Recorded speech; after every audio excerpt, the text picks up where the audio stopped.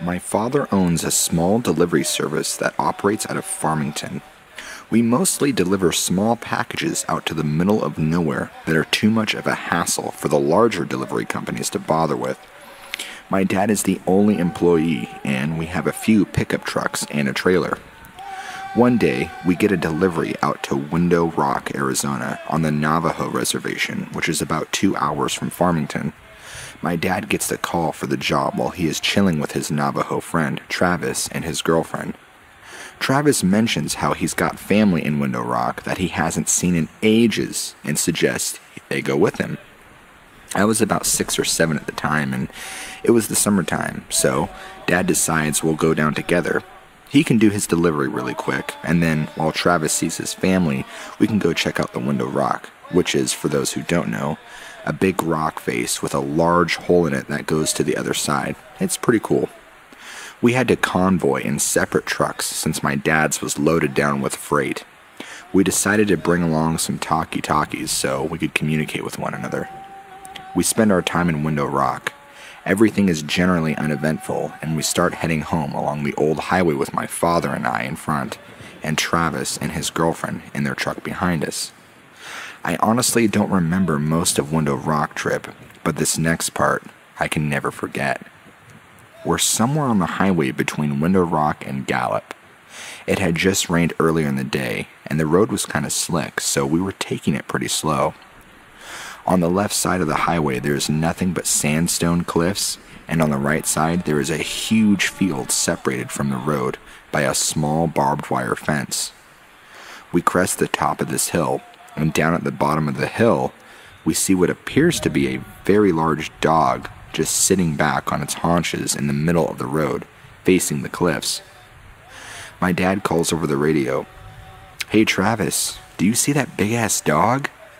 Travis starts yelling back over the radio, "That is not a dog, speed up right now and hit it." He sounds almost hysterical. He just keeps screaming, "Hit it! You have to hit it, please, please, hit that fucking thing right now." So, my dad starts to speed up, and as we get a bit closer, I begin to see it a little more clearly.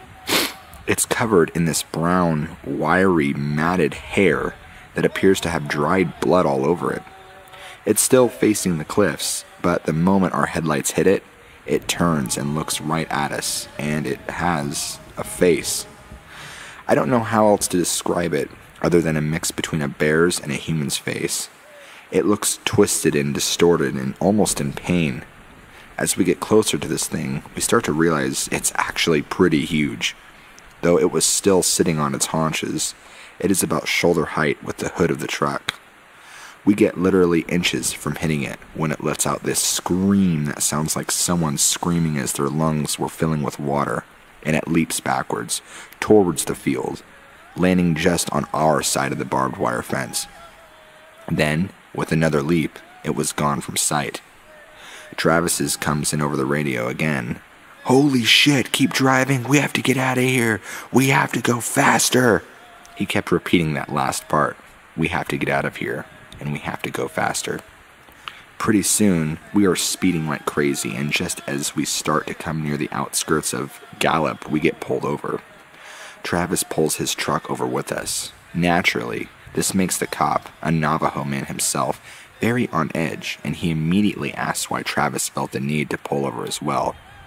Travis says, "We just saw a skinwalker a few miles back, and it's been following us."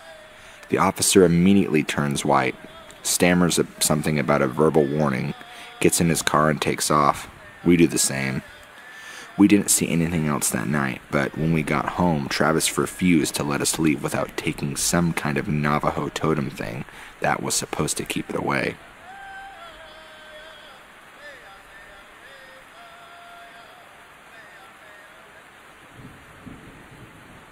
Anybody that has been on the Navajo reservation has either probably heard of some creepy things or have experienced pretty creepy things, namely skinwalkers. I have only seen one. Here's my story. I come from a small town in northern Arizona that's kind of sandwiched between the Paiute Reservation to the north and the U.S. largest Navajo reservation to the south. My high school being so small a 1A high school that has on average 80 students enrolled every year, always had to travel south about 5 to 10 hours one way to play another high school in any sport. This means that we traveled a lot on the Navajo reservation, and we also usually stayed at hotels when we would head out to play and come home in the morning, but this trip was a little bit different. I remember the basketball coach saying that the school didn't have enough money to put up the teams in a hotel that trip, so we were going to be on the road for a total of about 12 hours. I was the only male senior to play basketball that season. We had just got done playing our big game and headed home on our bus, Big Blue. We were headed out and it wasn't long, about 2 hours of driving before we had entered the res. And by this time, everyone was asleep with it being about 2 in the morning. When we had crossed the res's border, I noticed the bus driver had sped up and was now going about 85 miles an hour. I thought this was a little weird because he never exceeded the speed limit, at least not in my high school career. But for some reason, I just couldn't fall asleep like the rest of my teammates, and I just sat at the back of the bus, staring out across the desolate desert landscape that was lit up by the full moon. As I looked out, I could see a figure running towards the bus at an angle of a pursuit, and keeping up with the bus at 85 miles an hour. As the figure got closer, I saw that it was a humanoid form. As a matter of fact, it looked exactly like a human, only that the face was painted half black and half white with glowing eyes. Glowing eyes like a rabbit's eyes, reflecting light from a spotlight. I immediately thought, oh my god, it's a skinwalker. The skinwalker ran up to the edge of the road and just kept up pace with the bus, hurdling sagebrush and rocks while staring right at me. After I made eye contact with the thing, I could not look away. It was as if something was holding my head and eyes in place. The skinwalker just smiled at me, this inhumane smile that went ear to ear, showing crooked yellow pointed teeth. I felt like I was going to throw up and I was panicking throughout the whole ordeal. The skinwalker started to crumble down on all fours, still keeping up with the bus. I could see his bones crack and reform. Hair started appearing all over the skinwalker's body, and in about 3 seconds was now a coyote, and it ran off back into the desert out of view. As soon as it was gone, I ran to the onboard bathroom and puked a mixture of food and blood. I didn't want to tell anyone for fear they would think I was crazy. I confided in my Navajo friend. She told me that I needed to see the chief, who also happened to be a friend of mine, and get a blessing. I saw him the next school day in the parking lot. He just came up to me and mumbled something in Navajo while waving a feathered scepter-like thing. Turned around, got in his truck, and drove away. To this day, I haven't seen another skinwalker since. It might be due to the fact I moved away from that town and the res. And if I do have to go south, I go around. Way around. This all happened about 5 or so years ago. One night, a few of my friends decided after a night of hanging out that we'd go on an adventure at about 3 a.m. We took a ride about 50 miles to this old Spanish ruins in New Mexico. That was once the seat of the Inquisition. I can't for the life of me remember what the place is called, but anyway. So we jumped the front gate to the palace and started exploring. One of my friends brought a flute with him, and he started playing it, and about 30 seconds into his mediocre playing, something started screaming really, really loud on the tops of the long destroyed walls of the place. It was going from wall to wall really quick, screaming the most blood-curdling scream you've ever imagined. We noped the fuck out of there, and one of my friends pissed his pants and drove for a few hours to Bandelier National Monument, where we planned to camp out for the rest of the weekend. We got to Bandelier at probably like 6 or 7 a.m. and then we set up our camp. After a few hours just talking about what the hell happened at the ruins, I went to take a piss behind it probably only like 300 feet from our camp. This is where everything starts getting a little fuzzy. I remember seeing 2 dust devils coming my way, and when I turned around again, 2 of my friends were there, and they were motioning me to follow them. I couldn't help but to follow them, like I was being pulled behind them in shackles. I followed them for what seemed like 10 or 15 minutes, and then I snapped out of it. These weren't my friends. They had bright red hair with my friends' faces and cat eyes. Both of these friends were brunette.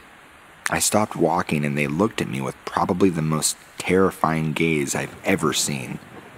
Monsters in movies are nothing compared to this. I turned around and ran as fast as I could back the way I came from. After like 5 minutes of a full sprint, I got back to that rock that I pissed at and found our camp. Everybody was sitting there, still sitting around, talking, and didn't even notice that I was even gone. I told them what had happened with the look-alike skinwalkers, and we packed up everything and left probably within like 10 minutes and got the hell back to Albuquerque.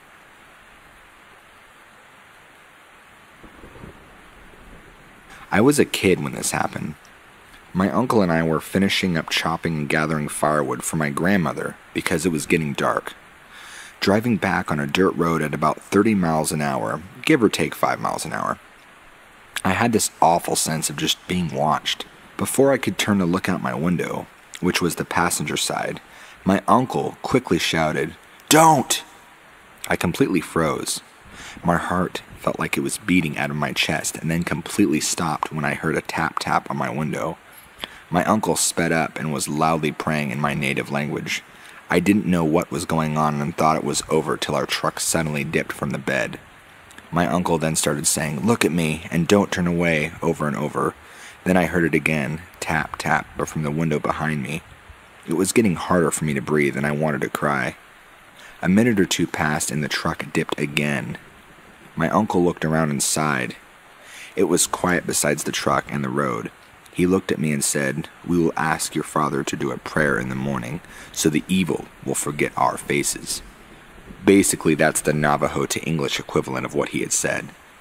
I remember curling up on the seat and just staring at the radio, watching the time go by, listening to my uncle sing an old prayer till we got to my grandmother's house. I called my uncle because I had a nightmare about that night. We talked about it for a bit, and he said, "I didn't see faces, just the eyes. Like brake lights you see on the road, it watched you." Before hanging up, I tried joking with him about it. "Why didn't you just step on the brake when it was in the back?" No laughter, just a pause from him. "Because it wasn't alone."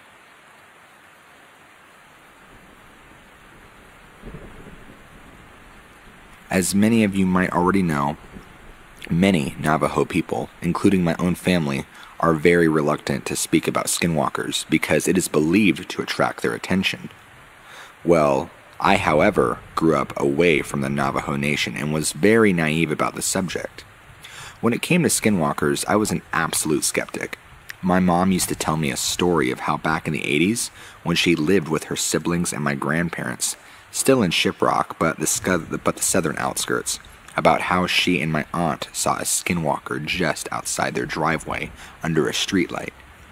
She described it as a black dog with dirty fur, a twisted noodle-like front leg, and these unnatural eyes with a soft, burnt orange glow. Me, being my own closed-minded self, doubted every word, but I never said my doubts aloud. But these doubts totally changed last year when I went to my grandparents' house last October. Me and my family had just finished scourging the carnival at the Navajo Nation Fair and called it a night. The house was close enough where we could walk home in just 10 minutes, so we did. When we got there, it was about 9 at night, where we stayed up until about 2, catching up about family affairs and the local news. It was during that time that I had just decidedly opened my mouth and blurted out the question, "Hey, are skinwalkers real? Guys?" I asked. "You shouldn't be speaking about that," my grandma said with almost a disturbed yell in her voice. So she and my grandfather both decide to go to bed. After being scolded by my mom, one of my aunts chimes in with a very cautious tone and says, "They're real, all right. Had a few start screaming outside of my trailer in Farmington just a few nights ago. Your cousin had nightmares the whole night and woke up crying that morning." Not wanting to push the discomfort any further, we all decided to go to bed at this point. Now, the trailer/home is pretty old and it was a really nice night. So we slept with the windows open, the screens to prevent bugs coming in, of course. Everyone at this point had drifted off to sleep except me.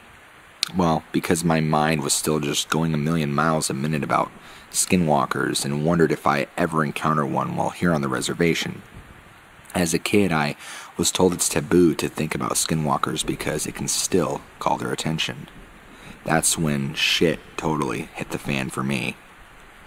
Just as I was settling and finally getting relaxed for sleep, I started to hear something moving outside. I get up from the couch and start wandering over to the kitchen window.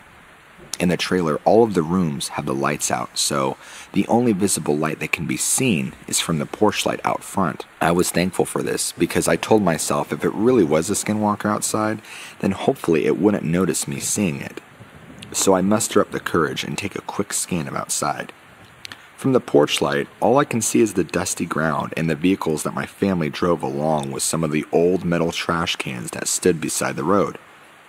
Looking for about a good 5 seconds, I wasn't able to see anything, so I was getting ready to turn around and walk back to bed, thinking it was just a stray cat or something. Only have taken 2 steps. I hear what sounds like a distorted scream coming from outside, definitely close by.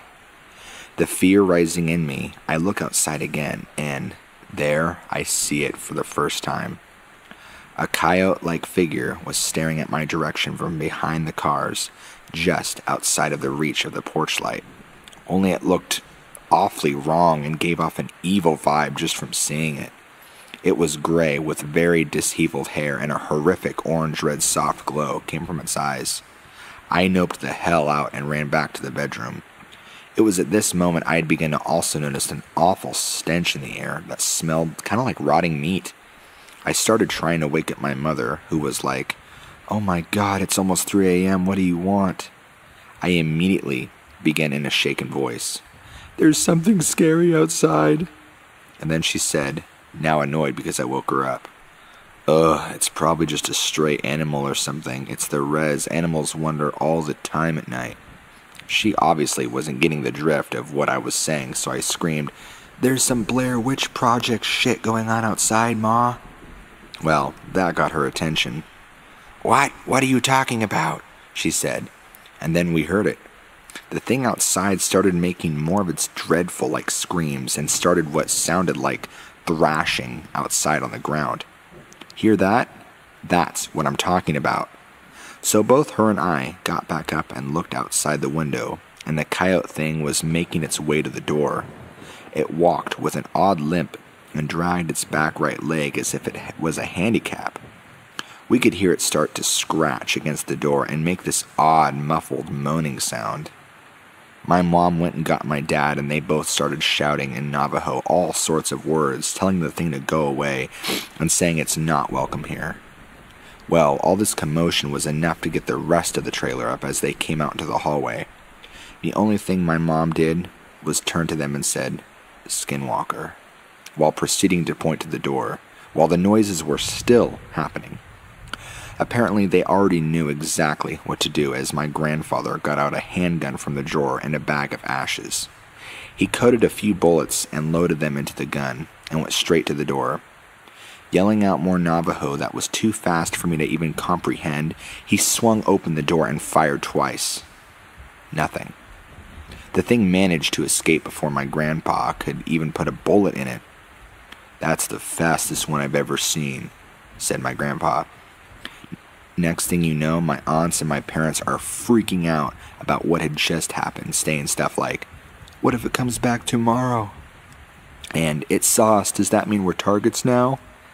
Afterwards, my grandparents calmed everyone down, myself included, saying that we'll be fine, and we all went to bed about 3-ish. Morning comes, and my grandparents call one of their neighbors and explain to them what had happened. Apparently, one of them was a medicine man who used to partake in Navajo ceremonies used for healing and curing sickness, and came over to bless each family member in the grounds outside.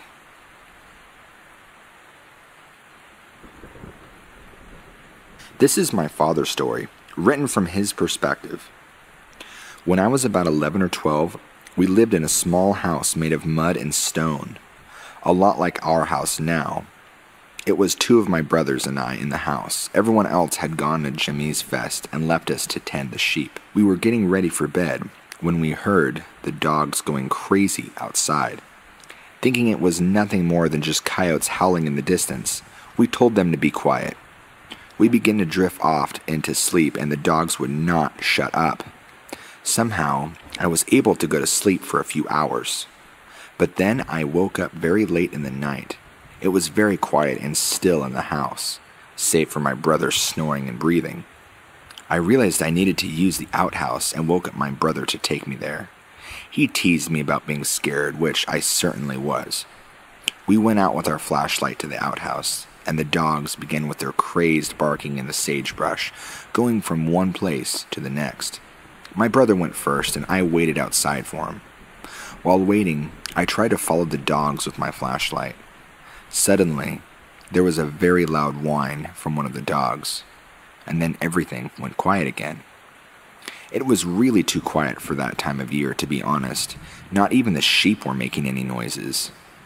Suddenly, I heard a few of the dogs going completely mad by the truck, and when I looked over, there was this man. He was unbelievably tall, leaning one arm on the cab roof of the truck. He was looking at the dogs for a little, and then suddenly kicking one of them. They all scattered in different directions. The thing looked up at me, and I saw its face. It had a pure white face, like a full moon, two burning red eyes, and a slight smile that was pure black. I could not move or make a sound. It began to walk toward me with a long stride, until it finally towered over me. All I began to see was a dark red, like the color of the blood when you cut the throat of a sheep. I kept getting deeper and deeper into its eyes. I could faintly hear my brother coming out of the outhouse. With this, the thing looked up at him. Reality came rushing back to me. I noticed that my brother was too distracted with his buckle to realize what was even going on. I also noticed this thing's long hands hovering just inches from my head. Its skin was black ash, and he smelled like a bloated dead animal in summer. I was still unable to move or speak. The skinwalker began to move toward my brother. Finally, noticing this figure, my brother became paralyzed as I was. Closer and closer it drew, reaching an arm outward toward my brother's head. And something finally snapped in me. I became unbearably angry. I broke from the trance and lunged at the skinwalker, raising my arms like a wild animal and baring my teeth at it.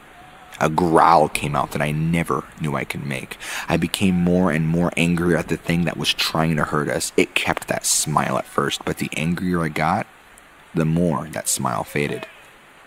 Finally, with everything I had, I began to make this primal roar at it. It fell backwards and ran into the night. Looking back at me, its eyes were dim and dull, its smile now long gone since what had happened. The next morning, the family returned home from the feast. After relaying the story to my parents, they quickly hired a medicine man.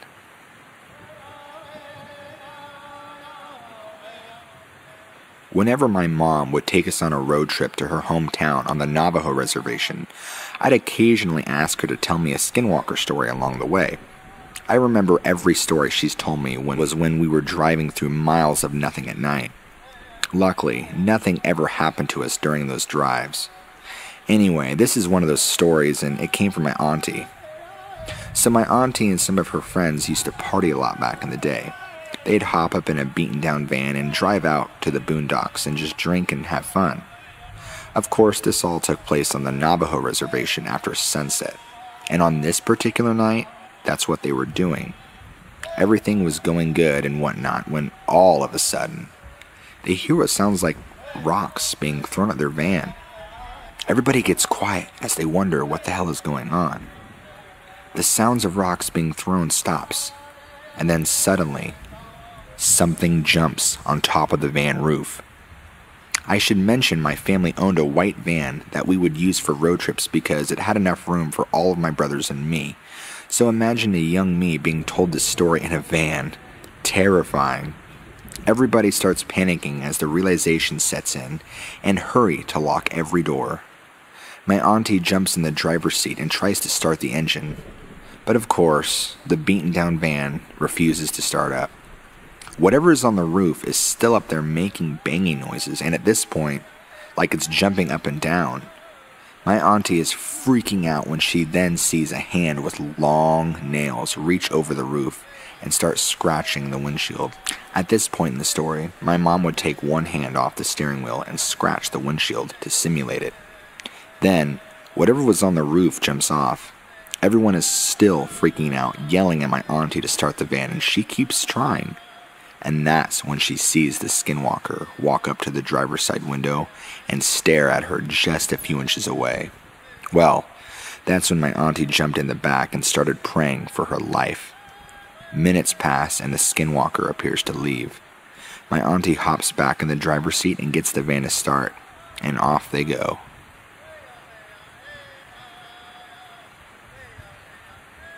We live in a rural community on the Navajo reservation.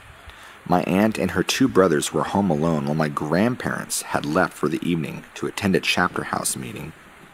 They were in the house, and like many people from the reservation, they didn't have electricity. It had been dark outside for about an hour, and my aunt and my uncles were getting ready for bed. Outside, they heard noises, as if someone moving things around outside. My oldest uncle went to look out the front window and saw a figure out by the truck. This was immensely out of the ordinary because the closest neighbor was miles away. Whatever it was, though, opened the truck door and began to dig through the personal items that my family had left in the vehicle. My aunt and uncles were frightened by the sight and knew that they should take action. They took out the rifle and all steadied themselves to hold it up. They flung open the door and aimed the gun at the dark figure. The figure turned and started to walk towards them, totally unfazed by the weapon. My uncle pulled the trigger, but nothing happened. The figure just drew closer, and my aunt began to smell something like a rotting corpse. It was so strong it made her gag. My uncle continued to pull the trigger with no luck, and the figure came closer and closer. Off of the distance, headlights were coming up the road. My grandparents were luckily returning. The figure looked toward the lights and started to move away and tucked itself behind a tree near the house. My oldest uncle ran toward the truck with the gun, and my grandfather got out of the car and my uncle pointed to the tree. The thing was poking out its head to observe what they were doing. My grandfather ran into the house and over to the stove and grabbed a handful of ashes and rubbed over the gun and placed a ash-covered bullet into the chamber. He walked out onto the porch and fired toward the tree. Whatever that thing was didn't expect the gun to go off. The gunshot echoed and the dark figure began running. My grandmother chased my aunt inside and my uncles and my grandfather went after it. There weren't many roads or paths, so as my grandfather and uncles chased after this thing, the truck was bouncing and the headlights were not fixed on the particular spot. My uncle swears that whenever the headlights would hit the figure, he saw a woman. But not only that, but whoever it was running on all fours like a bear. My grandfather eventually stopped the truck, and as they neared the ditch that drops about 20 feet, he got out and began to yell in Navajo. My uncle says that he was yelling about a local woman. He yelled that he wasn't scared and that he knew it was her, and to leave his family alone. A few days had passed, and there was news that the woman that my grandfather was yelling about had passed. I've always been told that if you know who the skinwalker is and say their name, it will kill them.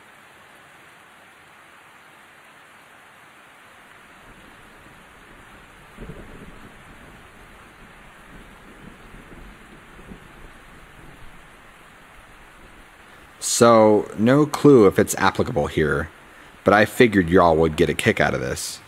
Let's preface. My memory is shitty, so I can't give enough details to confirm for all of you, but this is what I can give. When I was younger than 10, maybe around 8 or 9, I was living in an apartment complex in Seymour, Indiana. A nice little place. I was playing with some friends of mine at the attached playground of the complex when I swore I heard my mother calling for me to come over. But it wasn't from the direction I knew she was at, but instead from the opposite direction. I was confused, so I told them I would be back, and I spoke to my mom, who was smoking with my aunt and my grandmother. I asked her what she needed, and she was confused and saying, "I didn't say anything, Bubba. Go ahead and keep playing." So I went back and went about my business, not hearing the voice again.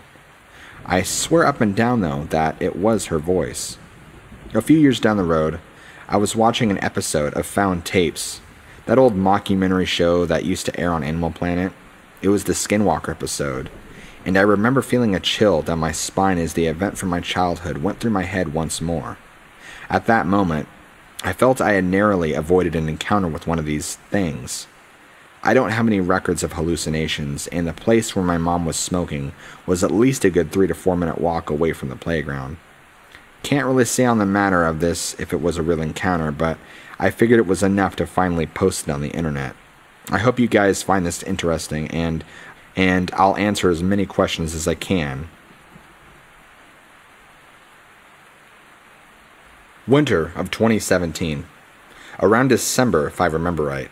I was camping with friends right outside of the Paiute Reservation near St. George, Utah. None of us are native, but we were trying very hard to be respectful of the land. We set up an A-frame, and every night packed in like sardines. I was on the outside, and my buddy Seth was next to me. Coyotes are pretty common in this part of the country, but they're pack animals who don't really engage with campers, so it's very common to hear them, but not as common to see them up close. However, every night that week we saw this mangled old coyote. Gray hair, blistering skin, probably on the edge of death. It walked with a limp in its front left paw, kind of like a dog that gets a pebble stuck in their paw meat. Anyway, we went to bed one night, and I was still in on the edge. Around 3:15 in the morning, I woke up with a sharp pain in my ear. It ended up being a beetle burrowing in my ear, but that's not important. Anyway, I hit the side of my head and pressed my ear, and I was freaking out because it was a really acute pain that I had never felt before. I think I thought I was having an aneurysm. Anyway, I woke Seth up to have him shine a light in my ear, and as soon as he woke up, he legit pissed his pants. Like he was horrified. So my chest opens up, and I'm like, "What is it?" He reached above his head and gets a mirror, and holds it up to me, and to my horror, there's a scraggly old man. Gray hair, huge tumor on the side of his face, torn up clothes, walking with a cane and a limp. He doesn't seem to be at all cognizant of us, almost as if he was in a different dimension. We didn't have a gun or anything, so we just clutched our knives and kept our eyes on him for the rest of the night. He just wandered away at one point. The next morning, the 2 other people with us said that they both dreamt that this kid Chris, who wasn't with us, was tied to a tree, upside down, and a massive, silver-glowing elk slowly but surely gutted him alive with its horns. They said the 4 of us and a few of other friends all sat naked around the tree, not drumming or chanting, but almost like we were sacrificing Chris. They both had exactly the same dream, and were able to draw the same picture, down to the order we were sitting in to the number of branches on the tree without consulting each other. We texted Chris when we had left and got service, and he said he had been up all night puking. Was this a skinwalker?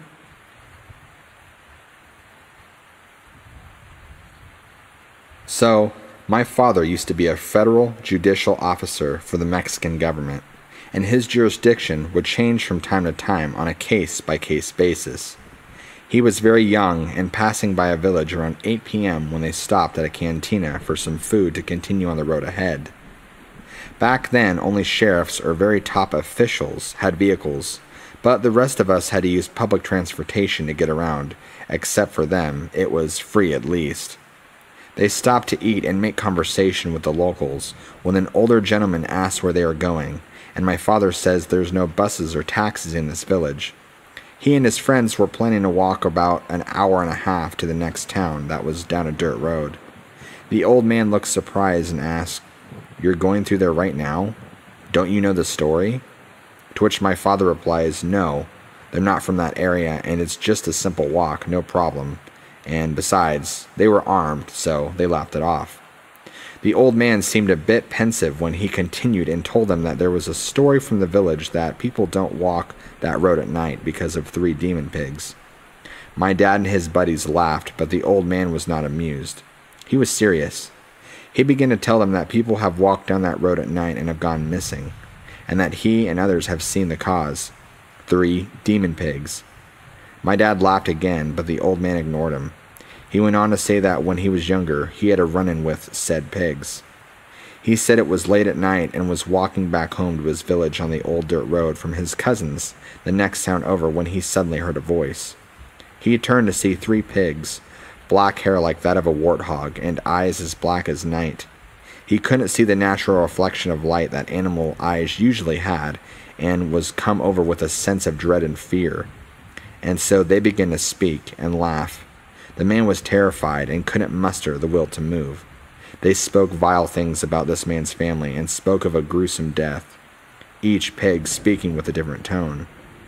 Once he was able to muster movement, the man sprinted back non-stop back to his cousin's house, where he got himself together and didn't go out for the rest of the night.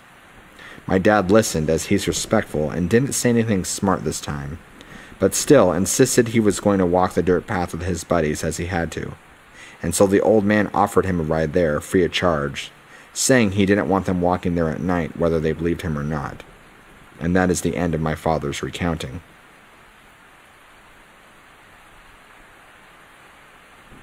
This story happened to my cousin, who was visiting our grandmother on the Navajo Nation reservation. He was what you would call an urban Navajo, born and raised in Phoenix and rarely visited the reservation.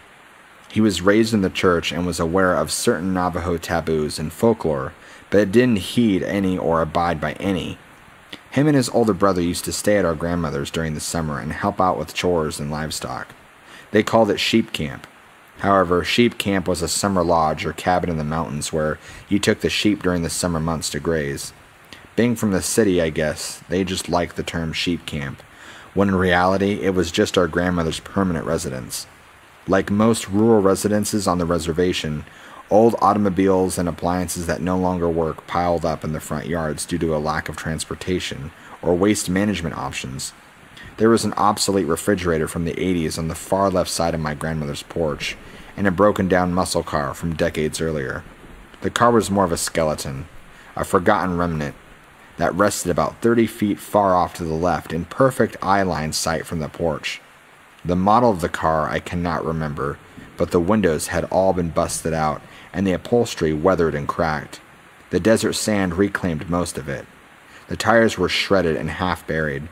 If you grew up on the reservation, this served as a derelict jungle gym or playground. My mother and I had decided to visit my grandmother one summer afternoon when I was 12 years old, the same age as my cousin. We greeted everyone upon our arrival, and my grandmother fed us. My cousin asked if I wanted to take a walk to the canyon and told me he had something to tell me with urgency. As soon as we were out of earshot of any adults or his older brother, he had told me something had happened earlier that day, around 5:30 a.m. Although it was summer, in the Arizona temperate desert, it is easily many degrees colder at night and early mornings. He told me he was awoken by the urge to relieve himself. The sky was dark blue before the dawn. He was half asleep, and it was too cold to run all the way to the outhouse. No inside plumbing.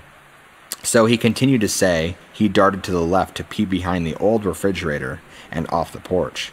His eyes were half closed and his mind still a bit hazy from just waking up. Then he hears the distinct sound of something jagged and sharp scratching in long successions on metal, accompanied by with the heightened whimpering of a sheepdog. His eyes open wide and he tries to scan the horizon to locate the origins of the hurt sheepdog.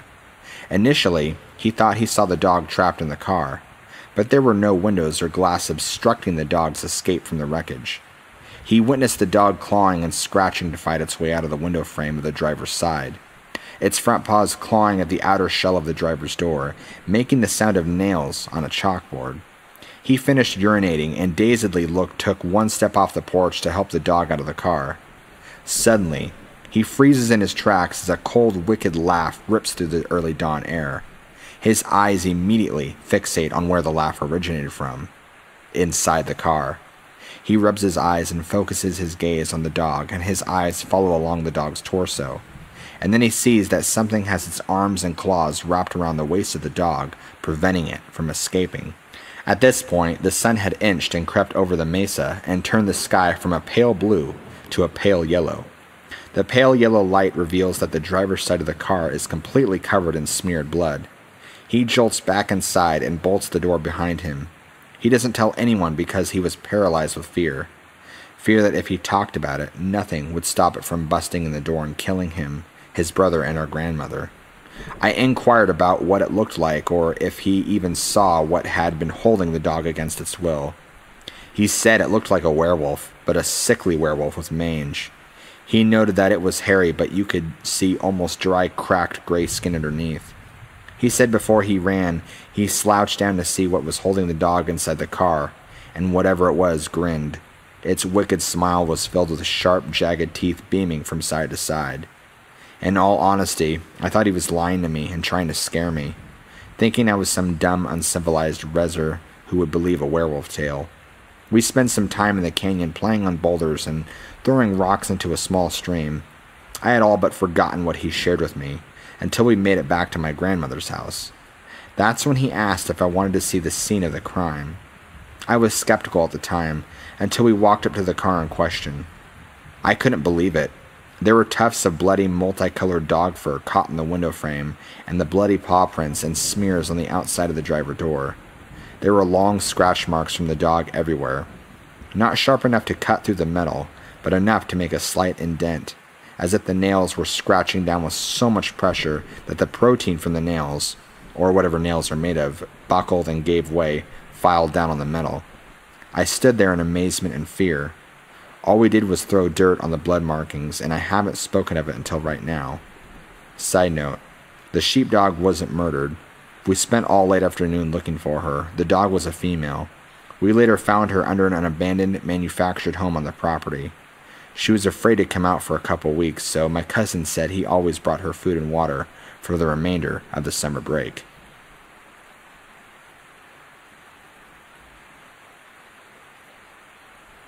Hey guys, so I need to give some background info. I'm a 14-year-old girl from Texas. I have Asperger's, and that will be relevant later. From when I was very young, I would wander alone in the woods or general wild areas. I am very aware of sounds and smells. One of my earliest memories of something I couldn't rationalize at the time started with a very potent odor. It smelled like rotting meat mixed with, I know this is weird, but perfume. I had been in the woods alone, picking wild onions and flowers, when I smelt it. The area was very, very old, an abandoned settlement in the woods. I honestly wasn't all that concerned. The smell got stronger and stronger. I started to hear what I can't best describe as a dog panting. I decided I would investigate. I thought there was an animal that needed my help or something. I entered a clearing. The trees grew in a kind of dome shape, and the sun was heavily blocked out. I had to crawl through a tunnel of vines and thorns to get in. The ground was littered with animal bones. Large livestock, pets, birds, and small animals. There was a deer standing at the entrance. The smell was very, very intense at that point. This deer did not have a proper tail. It looked empty. I've always had a strong connection with animals, but this one felt off. I greeted the deer and placed my onions and flowers on the ground. I grabbed some bones by my feet and left. Starting from that experience, whenever I stayed at my grandmother's house, near the woods, animals I met acted strange. Birds of all kinds would follow me in the woods. I would smell that strange, sweet scent in the air and hear panting. At night, something would tap at the window. I always tapped back. I would have rats run up to me when I went to the garden. All of these animals had empty-looking tails. These strange things didn't stop when I moved. Recently, my dad got a job in closed mines and cave sites. He was regularly brought home pottery and other precious minerals from ancient Indian sites. I've kept these things in my room for safekeeping. I found a very large rib bone that has joined my collection as well. The day I started storing these things in my room is when things started to go downhill. My lights will dim and flicker. My animals will suddenly run out of the room. My pets have started staring into the corner I keep the artifacts in. I've had very, very strange dreams as well. All of them involving some of my stinky, wrinkly-tailed animal friends. Does anyone have any insight on what could be happening? I don't feel like in any danger, I just feel like I'm not always alone in my room anymore. Everything I've looked up about these animals has brought me here. I'm hoping someone can help me understand what is happening to me.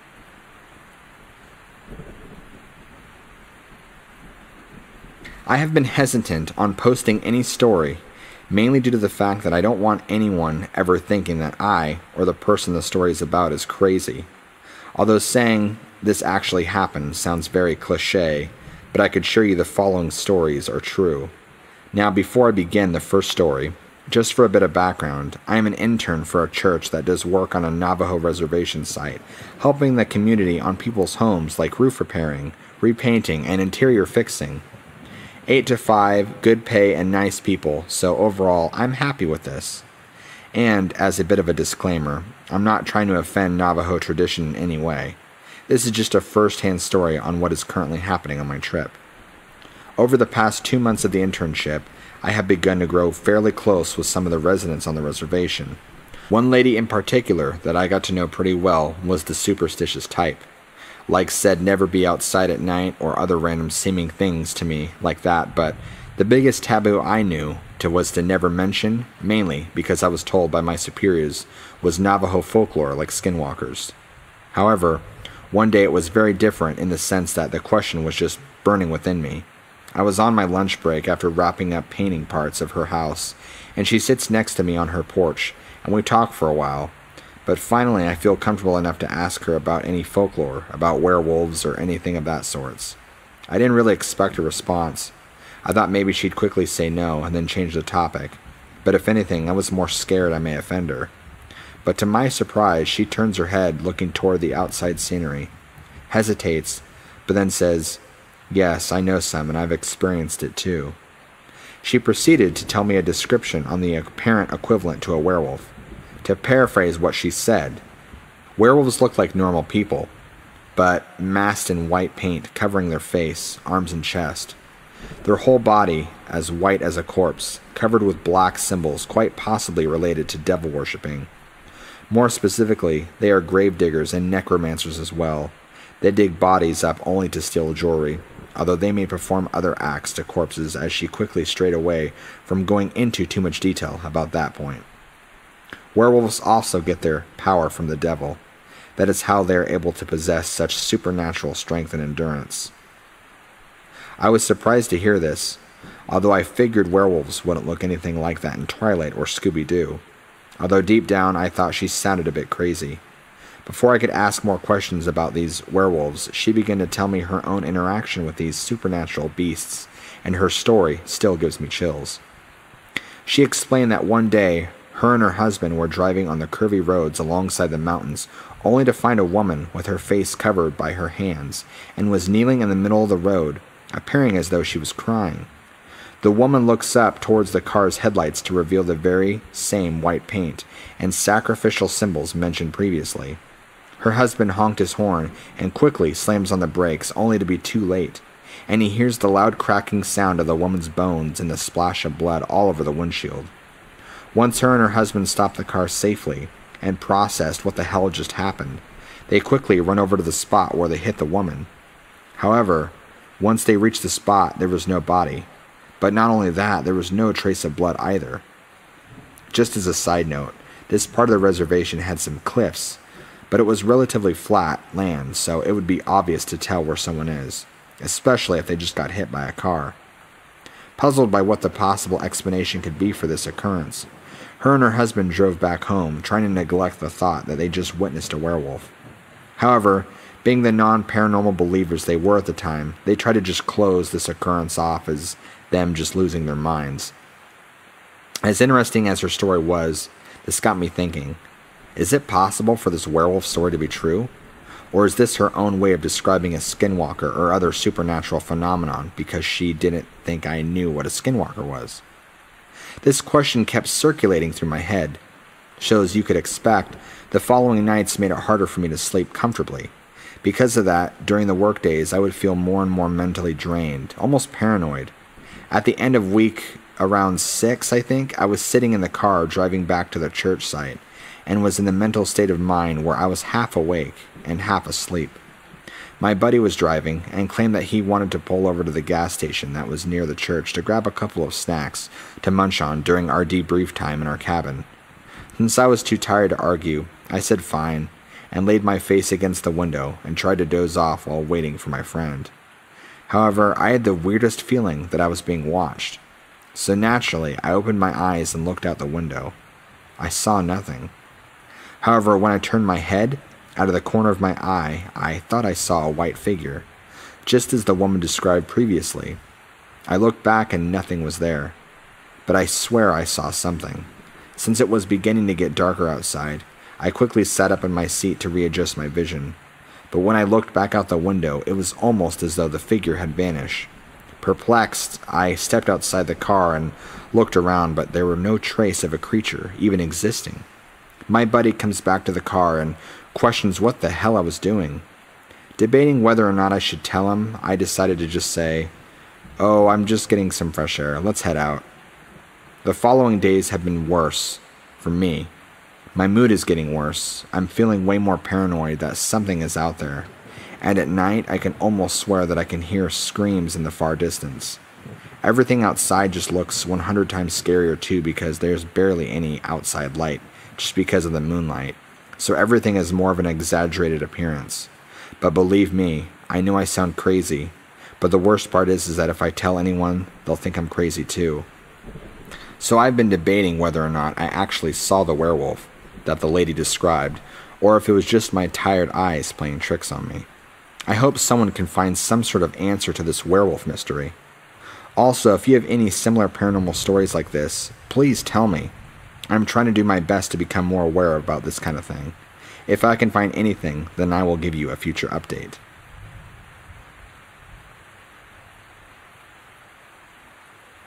I'm 17 years old and live in South Texas in a very small town on the countryside, where not much really goes on.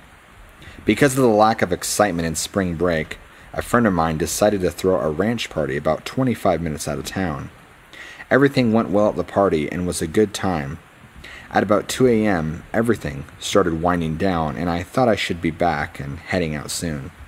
While driving back that night, out of nowhere a black cat entered the road and glared directly at me while its eyes lit up because of the headlights. With no time to react because of how sudden and close it was, I accidentally ran it over. I instantly felt eerie and bad about the whole situation and couldn't really take my mind off it for some odd reason. As I was arriving home, I parked my car into the carport and was determined to get inside as fast as possible. Before I could, though, I heard a deep, almost distorted laughter in the carport that had me really confused. With no hesitation, I quickly turned on the light and saw that the exact same black cat I had ran over, sitting on the hood of my car. Something about its eyes didn't seem right, and had me frozen with fear. I went inside as quick as possible and slept in my brother's room because of how freaked out I was. After doing some research, I came across skinwalkers and thought what I encountered might have been one, but I'm not too sure. What are your thoughts?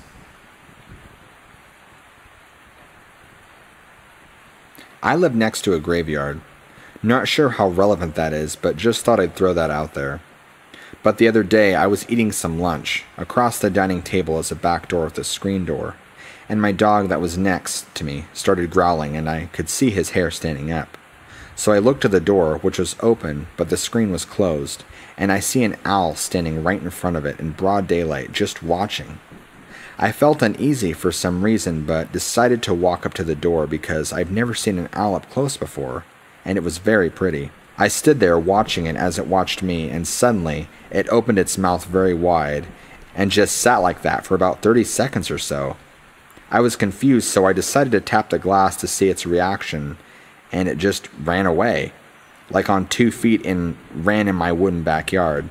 I was pretty freaked out, but I figured something had to be wrong with it. I decided to tell my sister, and she told me a couple nights ago she went out to her car in the front yard to roll herself a joint. She felt like she was being watched, so she looked up to see a deer standing right in front of her in the car and just watching her. She said even though deer are extremely common and we see them all the time, she felt afraid of it. She said something about its eyes freaked her out, and in the porch light, she could see it didn't have a tail. She slowly got out of the car and said it smelt horrible, like rotting flesh, so she ran to the door and locked it behind her. Also, one time her boyfriend was out on the back porch about to smoke a joint, but said he got spooked because he had a strange feeling and it smelt like something was rotting, so he went back inside. Do you think we should be concerned?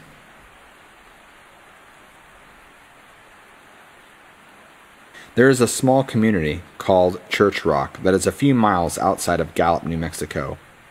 Many of the people that lived here have had land passed down many generations. This is where our story begins, 2 generations ago. There was a woman that was infatuated with a man in her community. She requested that the man build her a home. In exchange, she would give her daughter to the man to serve as his maid. The woman thought as the man worked on her home, she could woo him in the process. The deal was sealed and the man built the woman a house. The man collected his payment, but instead of having her daughter as a maid, he married her. The mother became enraged with jealousy and ran the newly married couple out of the community. The couple relocated to Ramah and started a new life. They had 6 children, 2 of which were twin girls. In the Navajo tradition, twins are seen as very powerful.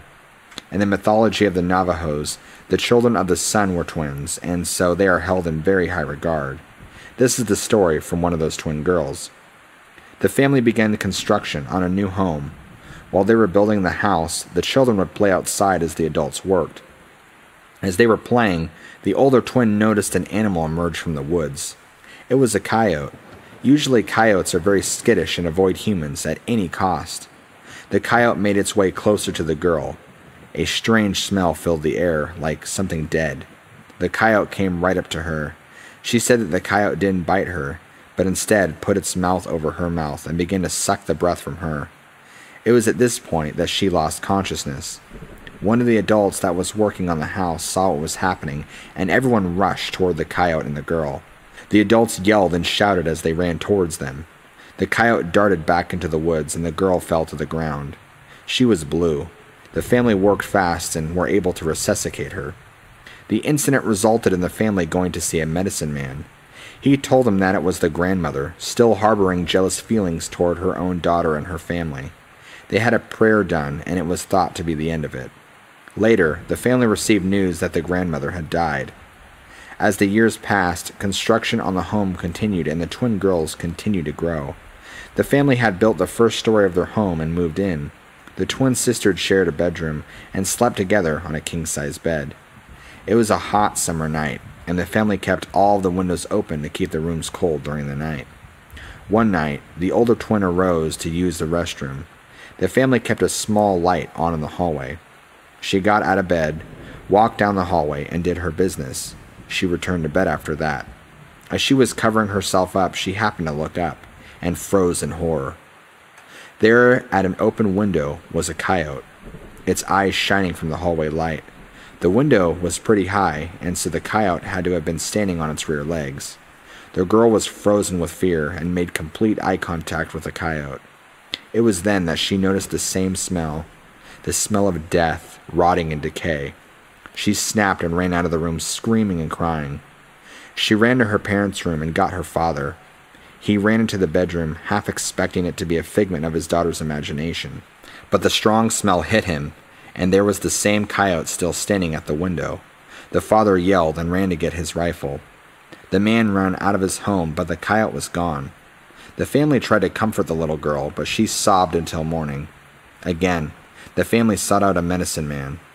He explained to the family that the hatred that the grandmother had for the family was so strong that the ill intentions that she had had for the couple and their family proceeded even after the grandmother's death.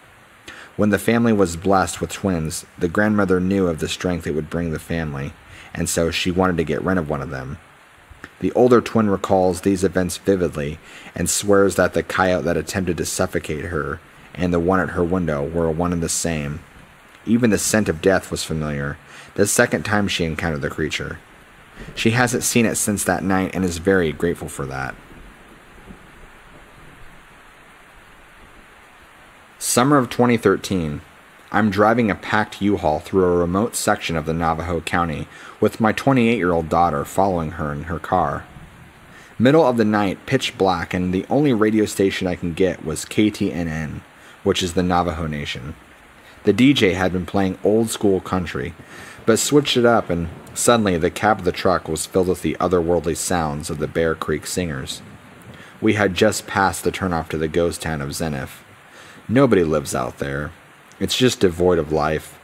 All I could see was the road illuminated by the headlights, and that insane music filling my mind. We're doing about 70, and suddenly, he was right in front of me. The next couple seconds goes like this.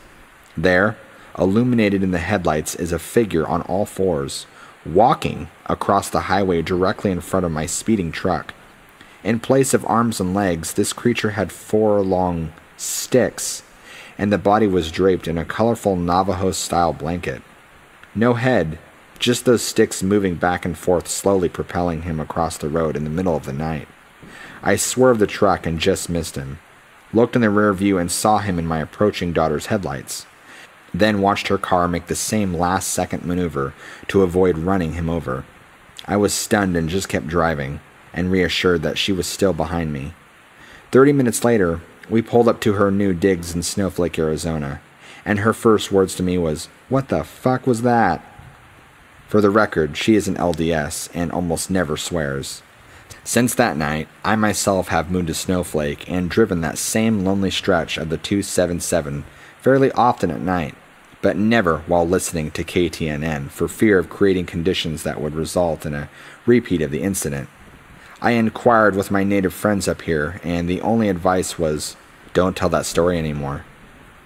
So, I still think gods, superstitions, and everything else is BS, but what will go to my grave believing native culture holds powerful secrets the rest of us don't understand? Skinwalkers are real, and apparently they like to mess with ignorant whites like me. Appreciate any feedback because, like I mentioned, our native friends won't discuss it with us, and nobody believes me except my kid. Oh, and I'm now a big fan of native drum ceremonies.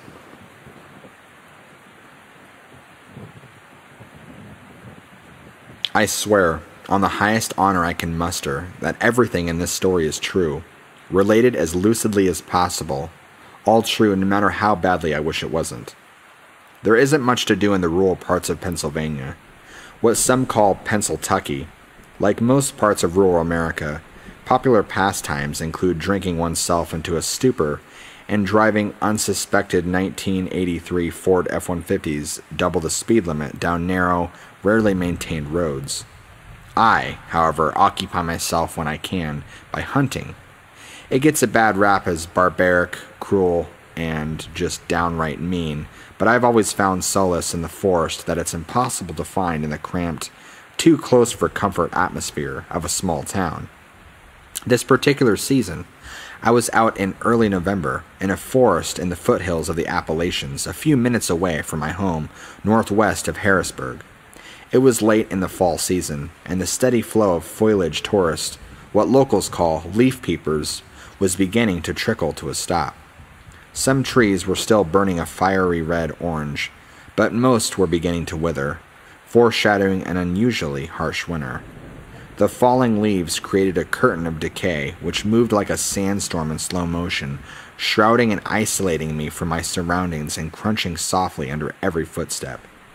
I paced through the temple of red and gold, alert for the light footsteps of my quarry, white-tailed deer. My Winchester 30-06 swayed on my back as I walked. The gun was overkill for a deer, but it doesn't pay to take chances around bigger game like elk and black bear. This forest was new territory for me, a refreshing change of pace after paved trails and subdivisions began to encircle the hunting grounds of my childhood. As I walked, I began to lighten my guard, losing focus on wildlife and becoming engrossed in the natural beauty of the area. I became so distracted, peering up at the falling leaves, that I tripped over a tree root, snaking through the carpet. I followed it with my eyes to its termination at the base of a massive gnarled oak tree. The trunk was huge, but the tree was squat, blackened with age and split down the middle, as if by an act of God. This story could have ended then and there if not for a smell that wafted up to me as I passed the tree. It wound its way up from the tree's base, out of a swale in the ground, to the raised path I was walking on. Fishing the crisp smell of the forest aside, my first thought was that of a dead animal, which could mean bear in the area, so I encircled the tree to take a look. There was no carcass, but the scene at the base of the tree resembled a homicide. Dark, matted clumps of fur dotted the undergrowth, and a vicious black fluid led from the forest into a hollow overshadowed by a titanic root leading deep into the ground. The entire picture was punctuated by the smell of rank, a thick, coppery scent like pennies mixed with death. I am not unused to gritty, even downright disturbing scenes, but this scent made me retch involuntarily, and the den unsettled me deeply, as though I had stumbled upon something no one should have ever seen. Shaken, I moved back onto the trail and, against my better judgment, resumed my search for a deer. The sun began to beat down overhead with all the clarity of a winter's day, shining a demanding light on the forest and weakening my resolve. I had just begun to unpack my lunch when something began to bother me. I couldn't put a finger on what it was, but I felt antsy, for lack of a better word, like I shouldn't be sitting still. Without even knowing it, I began to scan my surroundings for something, anything. I was returning to my lunch when it hit me. The forest was silent. No birds chirping, no insects buzzing. Even the rustle of the trees in the wind had come to an ominous standstill. As the meaning of this realization began to sink in and I got to my feet, two things happened in rapid succession. A sizable branch snapped a few hundred meters away, and an ungodly screech penetrated the November air. I have never heard a sound like it before or since. It was as though the earth itself split and hell opened up, just long enough to sum up the suffering of the damned in one ear-splitting roar. Terrified, I bolted to my gun, leaned against a tree and began to scan the undergrowth. Something big was moving through the forest floor, but I couldn't see what it was, thanks to the curtain of leaves falling around me. I hastily made tracks back in the direction I had come, forcing myself not to look back. After all, what animal would actively stalk a human without even being provoked? I had lost the sound of the creature and begun to loosen up a little when I was hit with a bone-chilling realization. The sounds of forest had come back behind me, but the trees in front were as silent of the grave. Whatever I had encountered, probably the same beast that made the mess under the oak tree, had circled back in an attempt to trap me. Truly scared at this point, I scrambled off the path into a rock gully, my back to a damp rock wall. I crawled without taking my eyes off the path into a cave, hoping to hide my hyperventilation and chattering teeth from whatever was stalking me. Only a few minutes had passed when I heard the crunch of leaves and a deep, demonic snorting. It stopped on the path above my hideaway, and I held my breath, willing my heart to stop so as to be completely silent. The creature had begun to move on when my gun, leaning against a rock, slipped off the slick surface. It clattered to the ground, reverberating louder than an air raid siren in the crisp autumn air. My heart sank as I heard steps make their way down the rocks and closer to me. I crawled painfully slow towards my rifle, every muscle in my body tight enough to burst. I stopped to steady myself and heard breathing, right outside the cave opening. It was choked, slavering breathing, unnatural breathing which inspired visualizations of twisted corruptions of human and beast, a patchwork demon of animal and man. I reached for my gun and came the closest to death I ever have, because as I outstretched my hand, so did it. Instead of the smooth shellac of my rifle stock, my palm met a coarse, ragged fur caked with mud and attached to a lengthy, sinewy arm.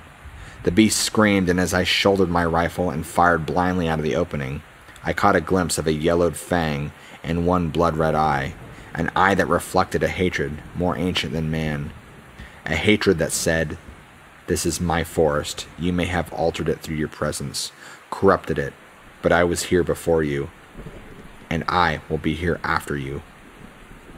Human willpower paled in the face of such uncompromising malice, and I shrank back against the rocks, robotically cycling bullets out of the cave. I sat there, dead-eyed, doing this for a long time, overnight and well into the next morning. Over 18 hours of working a bolt and pulling a trigger. By the time I snapped out of my adrenaline-fueled haze, my mouth felt like a desert, and my fingers felt as though they were made out of canvas stretched over dust. Shaking, I reached for my water bottle and gulped it down, spilling most of it down my front. Praying the beast was long gone, I inched my way out of the cave and ran as fast as my rickety legs would carry me, the 2 odd miles back to my truck, leaving most of my gear behind. Nothing pursued me, but the feeling of being hunted remained. I drove back to town at 80 miles per hour on a dirt road, my eyes wide with fear and my hands gripping the wheel with white knuckles. Unable to bear the thought of my secluded home, I spent the night at a motel in town with a bottle of cheap whiskey and every light in the room turned on. The thought of the creature would not exit my mind. Was it a demon loosed on Earth by some divine mistake? Or just an animal, a cryptid lost to time and the memories of the trees? I didn't really want to know, but I couldn't and still can't let it go. The fear eventually subsided, but as I sit at home writing this, I swear, hand to God, that I can hear a howl echo through the trees and across the mountains, telling me that I may never rest and never forget.